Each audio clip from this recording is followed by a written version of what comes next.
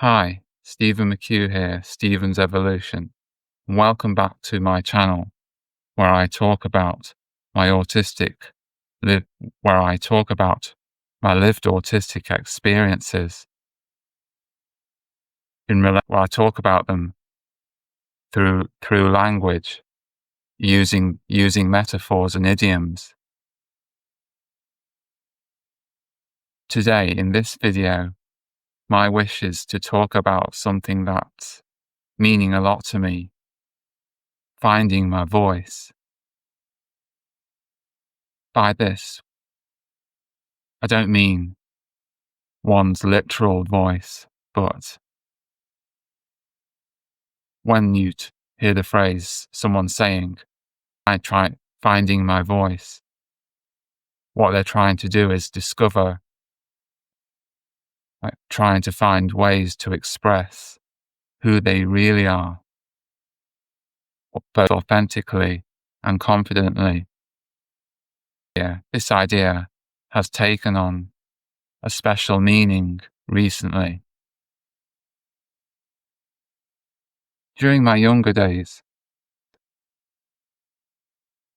I would struggle to express my thoughts and ideas clearly. I would often stay quiet, unsure as to what to say in response to a question or a conversation going on at any particular time. Or if I did eventually have something to say, it would take me longer to say it in a way that would make sense to me and other people. Joining in conversations was more difficult for me, as I would struggle to understand whether or not something may be relevant to a particular conversation going on. I would respond in ways that would be different to what would be expected. But one thing I would do is take the cue from the first key word I heard or read, rather than considering the whole sentence or question. In addition, I would say things that would come across differently, or it wouldn't make sense initially. There would be times when I would say things that would make sense, but it would take me longer. Looking back, it was nothing to do with me not having a voice. It was more like not understanding how to use it in a world that may not have quite always understood my way of communicating, processing and thinking. In addition, another behavior of mine was being inquisitive, asking questions rather than saying what I thought about something. I was not confident about whether or not what I wanted to say would be correct or valid in some way. One impression I always got was I thought one had to be the loudest, most vocal person in a particular group, and on one occasion I would try too hard to join in. I also thought you had to be the one who would make others laugh the most. Perfection was another thing that would cause me difficulty, like thinking everything that you had to say or do would have to be perfect, 100%. I always thought it was to do with spoken words, but over time, I began to realize that wasn't true. I discovered that your voice can be found through writing, through videos. When I was young, I would be introduced to illustrations where I would be encouraged to describe what was going on in my own words, along with being given opportunities to do creative writing about life experiences and anything that may be interesting for me. In my blog, I have some short idiom stories where I feature two characters, and one of the characters has to assist one with autism who may take literal views of them and guide them into understanding them more easily. They continue to help me share my experiences in ways I believe others may be able to relate to. It's like a bridge between theirs and my world.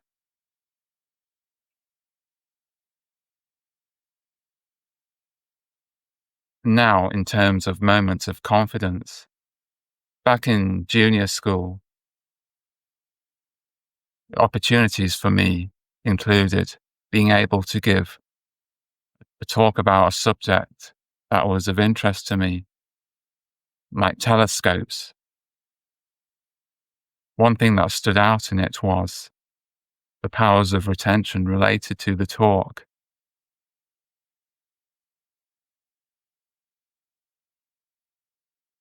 And fast forward to my late teens and early 20s, when I was going out more with people of my age group, that helped me to be myself more,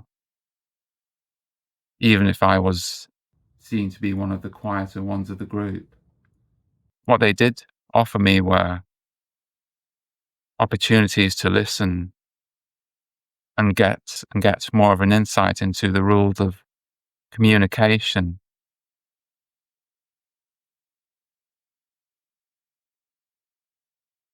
Going back to my short idiom stories, comments included about them being imaginative, creative and fun to read, and freedom for readers to project their own identities into characters. In addition, my primary school flexibility they had in trying to meet my needs as best they could. One example was being allowed to do projects that were different from the standard curriculum. They were on subjects that were of great interest to me, trees and music. In addition, I would be given opportunities to demonstrate my musical ability in the form of piano playing and playing in an orchestra for a play that was musical to some degree. So yes, I was given opportunities to express myself using my talents and interests. I think these were things that meant a lot to me, showing ways how my voice could reach people, even if it took time to work out how to do it. Fast forward to today, I'm still finding my voice and always will. I learned something new on communication about myself and in my writing too. It gets easier to record with each passing episode and blog post. One thing I've learnt is you don't have to be the most vocal or funniest. Be kind to yourself and allow yourself to be heard in your own ways.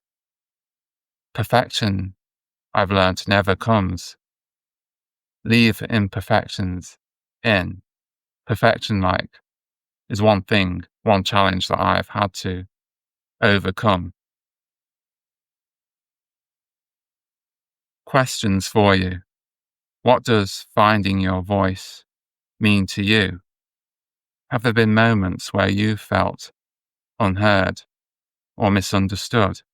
Or have you even finally had a moment where you felt understood by someone.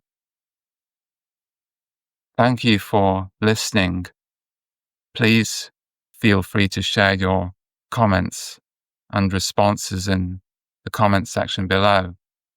I look forward to reading and responding to them. Subscribe for more videos about language, communication, and life with autism if you found this interesting or any of the other videos interesting.